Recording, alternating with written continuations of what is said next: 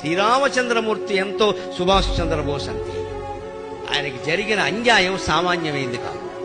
కాంగ్రెస్ అధ్యక్షుడుగా నెగ్గినటువంటి సుభాష్ చంద్రబోస్ పంచేయనివ్వలేదండి, తోమేశారు పట్టుకుని. హింస హింస అతివాదం. ఇక దేశం విడిచిపెళ్లి జపాన్ వాళ్ళని పట్టుకున్నాడే, నేను ఎక్కడి నుంచో వస్తాను, సైన్యం తీసుకుని వస్తాను. అలా వచ్చి కేవలం పిడికెడు మంది సైన్యంతో ముందు అండమాన్లో ప్రవేశించాడు. ఇక్కడ అండమాన్లో భారతీయ పతాక స్థాపన చేశాడు, జాతీయ గీతం పాడించాడు, వందే మాత్రం నినాదం చేయించాడు సుభాష్ చంద్రబోస్. అటువంటి మహావీరుడే కనుక బతికి ఉండి అనంతర కాలంలో దేశానికి ప్రధానమంత్రి అయి ఉంటే దేశ భవిష్యత్తు మరొక విధంగా ఉండేది, మరొక విధంగా ఉండేది.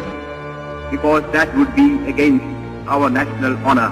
On this historic day, when India takes her place as a free and independent dominion in the British Commonwealth of Nations, at the stroke of the midnight hour, when the world sleeps, India will awake to life and freedom.